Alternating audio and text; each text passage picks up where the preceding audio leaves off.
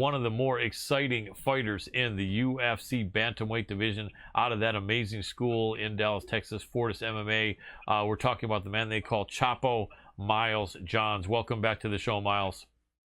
Hey, thank you for having me again. My pleasure. So you're still killing it over there out of Fortis. It just seems like people that go there, they don't leave. There's just such a great camaraderie with all the guys there, isn't there? Yeah, there is. That's kind of what we were made upon, like it's all, you're really fully invested into the gym. There's not a lot of selfishness. We're here for our teammates and stuff, and that's what made us so strong, and that's what we're going to continue to do. So usually when people come and they feel the vibe and they get a feel for like the structure and everything, they like to stay and stick around. Very cool. Now, are you a Texas guy originally or from somewhere else? I'm actually from Kansas, but I've been in Texas for like 6-7 years, so I pretty much consider myself a Texan now. Very cool. So you are fighting this Saturday, man. I really appreciate you jumping on. We actually just had Tisha Torres on about a half hour ago, who's on the same card with you. So we're getting a lot of love from UFC 265, and it's going to be an exciting card, man. Let me ask you this. With the pandemic or COVID era fighting, I think they changed something from where they used to have when it was at a place like the Toyota Center. It used to be that they had a lot of fighters in like a huge locker room, and they had like locker room A or B, like red corner locker room and blue corner locker room or something. But I think in COVID times, they don't have you guys hanging out together, do they? In the past, they haven't, but all I have fought at is the Apex. So the last time I was in Houston, we did have like, I think there was like 3 other guys or maybe 4 other guys in the locker room, and more would probably come, but they were later on the card, so they weren't even there yet. But I know the only time I fought in COVID was at the Apex, and it was all separate rooms and stuff. So if it's like that, I'm kind of used to both. I came up on the Contender Series where it's like that. You had your own room. And I've also fought where there's lots of guys in the room. So either way, to me, it doesn't really make too much of a difference. Very cool. Now, Houston is not right next door to Dallas, but it's not that far. What is it, a 2-hour drive, 3-hour drive? About 3.5, yeah. So that's close enough that you probably have some people coming supporting that are Miles Johns fans, right? I got a lot of my immediate family coming, my wife, my kids, and my in-laws. But my dad actually just had back surgery, and he's doing great, but it was just kind of not really in the cards for him to come down. And then my younger brother, who usually corners me, had a prior engagement that I kind of just forced him to stick to and not bail out on after this fight was moved back to this date.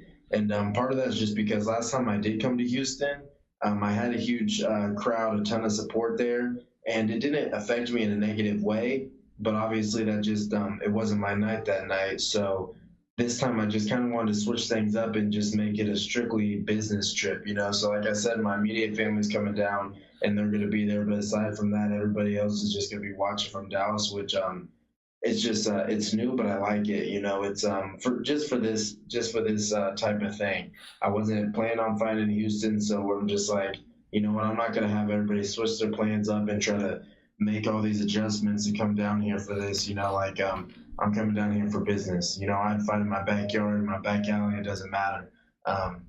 And people being there after, not being there, it doesn't matter. All that matters to me is when I step in that cage Saturday night and the performance I put on. So, just kind of fun and just kind of a redemption type thing. I came here, very, very little people coming here to watch live, but I'm fully focused, and I think it's going to pay off. Without a doubt. Are they still announcing you from Kansas, or are they announcing you from Houston, Texas, or Dallas, Texas now, being that you train over at Fortis and have lived there?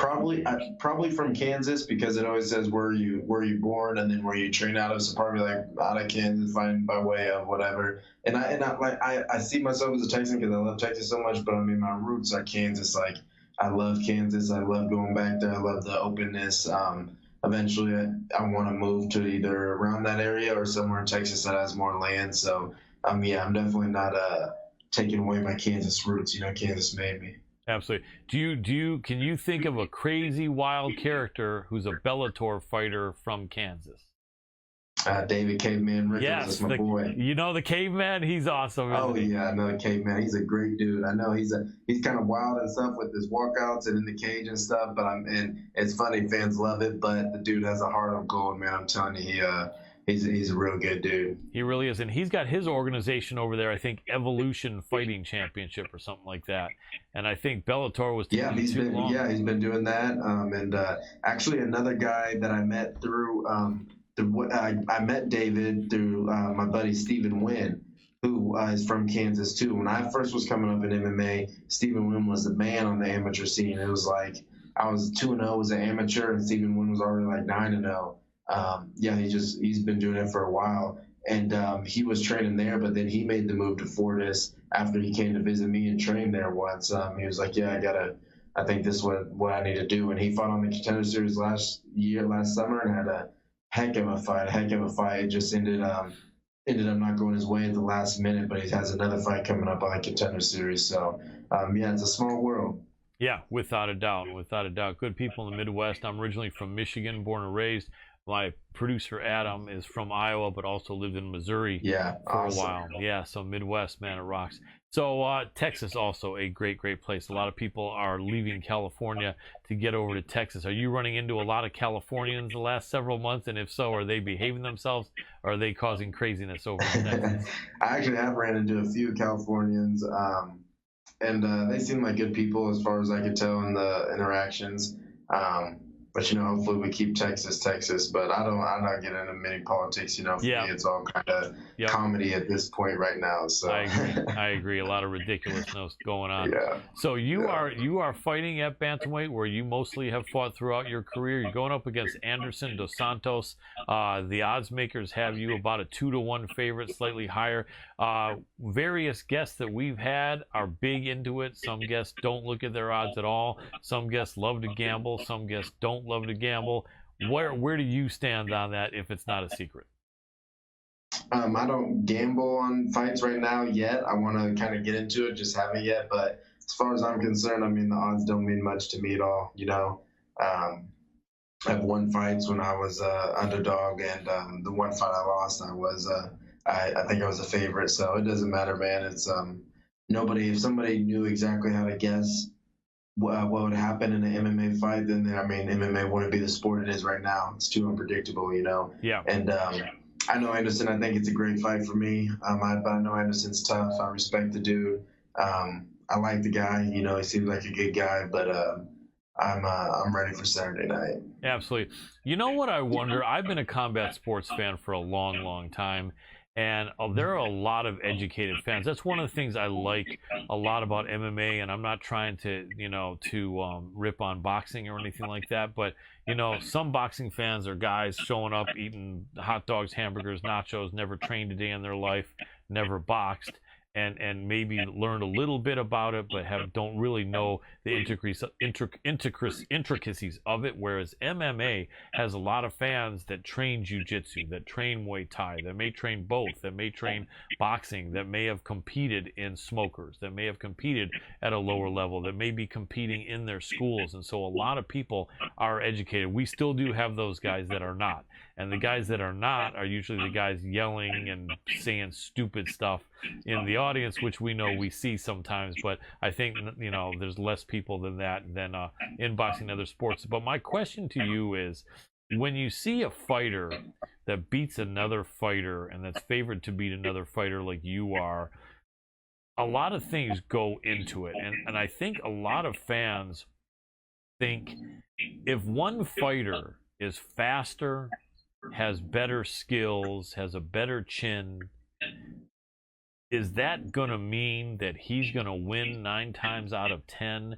Or is there some stuff that the other fighter can do just by throwing in something tricky or just getting lucky or something, to make it to give him a chance? Like, how often is it about the guy that's just the more solid fighter, that's better in all these aspects, and how often is it just a split second that the one guy did something really good or really tricky or really, I would say luck plays a lot less role into it, but I would say in that equation of speed, athleticism, and a chin, you have to. I mean, I guess a chin kind of covers it, but you have to add in cardio and grit.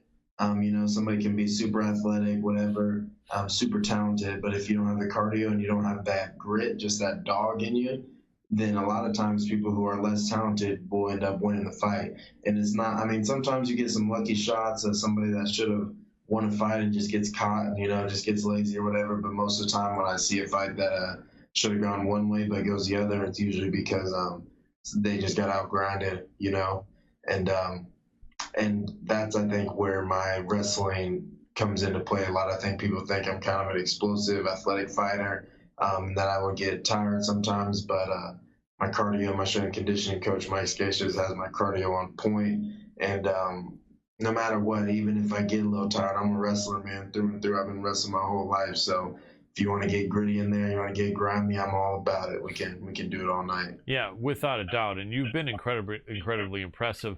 Who is your favorite of the guys that have been mentioned as the GOATs over the last several years? If you look at Habib, you look at Anderson Silva, you look at George St. Pierre, maybe even going back further, BJ Penn, Matt Hughes. Who is your favorite out of these guys? Fedor, guys in different organizations. Anyone you like a lot out of those guys? That's hard because I like them all for different things. Like right now, like I used to always love TJ, and part of that was that I saw his debut against Renan Barao, and I know that not his debut, but I saw him step up and fight him for the title the first time he did. And I mean, I was scared for TJ because at that point, I mean, I was like an amateur. Renan Barao seemed like somebody nobody would ever beat. And TJ stepped in on 16 days, and I was like, man, how could he do that? How would he, 5-round fight, ended up knocking him out. Huge underdog in that, and I just that was huge for me and super motivating. And then he had all the stuff that he had, but I loved his character in this last fight. He was real. He seemed like he really humbled himself. He showed that he still has that dog. I mean, that's one of those fights that I think Corey was kind of more talented at striking and landed the harder, cleaner shots. But I think TJ just being a dog is what had the judges give it to him. But I mean, all those guys, I love Habib. I honestly love Triple C. I've always loved him as a kid. My mom bought me his book when I was a sophomore in high school. When I was just wrestling and stuff, and I loved him then. And he's kind of cheesy sometimes, but the cheesiness is growing on people and stuff. And I mean, he is just a dog. I mean, dude knows how to win. He knows how to compete. Yeah, I mean, there's so many. John. I mean, I love John them all. Jones too. Yeah. Yeah, and there's guys that aren't at that level. Like, I mean, I like Justin Gaethje a lot, and I've been around him. I just saw him when I was in Canada. When I fought in Canada, I was doing some stuff on fight day, and then he just kind of walked past me to do his warm up, and just the energy he was carrying and how he held himself on fight day, I'll just never forget it. There's people like that just like you don't forget that energy. DC's the same way. I saw him walking into the hotel, and he said, like, hey, how you boys doing to me and my brother? And I was just like, man, this guy has the energy of a giant. So there's tons of guys that I like for different things. Michael Chandler, I think, is super intelligent, and I love the way he carries himself. So I mean, too many to name. Absolutely, and it's nice that you can see that in these other people, because that shows that you're knowledgeable and your mind is open to kind of gain information and to learn and to be having respect, because there's always someone that comes before you, and even if you're the best, there's always people that are still on your level as well, and to be aware of them, and recognize them is really cool. When you have fighters that can go most of their career with just great wins or very few losses, or just like these long winning streaks, is it that the fighters that keep on winning all the time, is it that they're not making any mistakes, or is it that maybe they're making mistakes but that they're making the correction to the mistake really quickly? What would you say? Yeah, I think everybody has little mistakes they make. I think when it comes to consistently winning, it's just about bringing yourself back to the place you were at to get to those wins. You know, taking yourself back to hell. In the words of Tim Grover, is so true. To win, like to get to that level, it takes so much sacrifice, so much work, so much grind. And once you get there, I think that it's easy not to like kind of be like, oh, we're gonna switch things, we're gonna start doing it like this now or like that now, you know, but being able to take yourself mentally back to the place of hell and just going through that. I think the people who can continue to do that are the ones that continue to win. And you can win for a couple times continuously without doing that, but eventually I think people will start catching up to you. So I think everybody makes mistakes, but I think like Triple C is a great example for that. Yeah. He can bring himself back to that and continue to, like, even after the Mighty Mouse loss, he can come back and go back to where he was mentally to win an Olympic gold medal, which is freaking, I mean, it's so unheard of to win an Olympic gold medal and then be as hungry as he is and be champion two divisions, I think, or maybe one, no, two divisions. And that's just like, that's incredible to me, you know, because Absolutely. people don't understand what it takes to win an Olympic gold medal. Well, after that, most people are done. Just they've had enough. Yeah, without a doubt. You think we'll see Triple C back, and if so, how soon? I hope not. Just not for any personal reasons, but I just think I think he hung it up at the right time, and I love seeing it when guys hang it up at the right time. And that's so much respect for Khabib because I mean he has no ego. He did what he wanted to do. He's done with it, and nothing anybody says is going to bring him back. So I hope Triple C just is able to enjoy his life and you know, and not feel forced to come back for whatever reason. That makes sense. How about Mighty Mouse over in One Championship? You know, over there, the weight division with the same name is actually the weight class up. I think you may or may not know that. Did you know that? Yeah, I was just talking to a teammate about that this couple of days ago, actually. Yeah, because you know, because it has to do with the weight allowances and other stuff. But so Mighty Mouse was at his best at flyweight. Now, essentially, even though they call it flyweight, he's forced to fight at 135. Can he come back from that loss against Adriano Moraes and kill it at 135, or is that going to be difficult because of the size of his opponents and his age, maybe? I think it's all just depend on where he's at mentally. I mean, if he can overcome challenges pretty well. So I think if he really wanted to prove that he could do it at 35, which is technically flyweight, then I think he'll get it done. But he's done a lot in his career. He's had a lot of accomplishments. So unless he really wants to do it, then I don't see it. But if he wants to, I believe that he could. He could put on weight. He could get stronger. He could make the adjustments for sure. Yeah, he's amazing, and I was remiss in not mentioning him as one of the GOATs because he definitely was. We only got about 2 minutes left with you, so let me throw a couple questions at you real quick. Jose Aldo, Pedro Munoz, your weight class coming up here.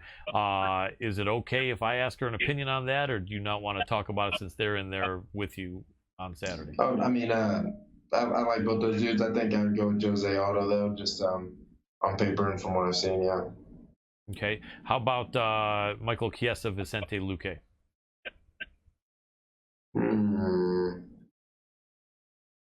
I don't. You know, I think I'd go with Vicente on that one, but I like Chiesa a lot. You know, so but that's a tough one to call. Absolutely. And then the main, you're probably somewhat acquainted with Derek Lewis, so it's probably a personal thing there. Are you a friend of his or not necessarily, and who do you pick there? No, not necessarily. But I still got Derek Lewis in that. I think he's just too green. You know, Derek Lewis is real experienced, so I got him in that one. Absolutely. Well, I look forward to you taking this fight. I just think you're better than this guy wherever the fight goes.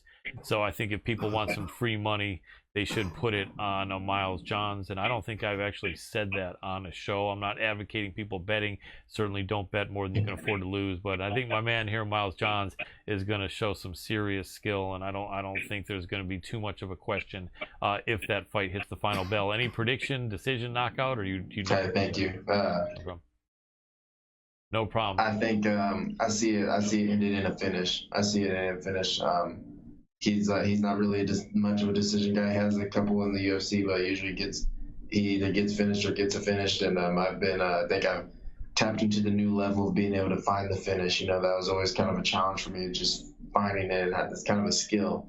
But I think that I found that now, so I see a finish coming. Excellent. Sounds great. Miles Johns, I want to thank you so much for jumping on with us, man. Saturday, UFC 265. Can't wait to see you do what you do and get the W over Anderson Dos Santos. Thank you so much for jumping back on with us here at the MMA Power Hour. We really appreciate you.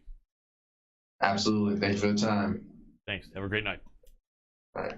Thank you for watching the Hannibal TV. Please like this video if you enjoyed it and click the subscribe button to not miss any of our latest shoot interviews, match videos, or news updates. Support us on patreon.com for $1.99 a month to watch our full shoot interviews ad-free and help our channel grow. Follow us on Twitter at the Hannibal TV for instant updates.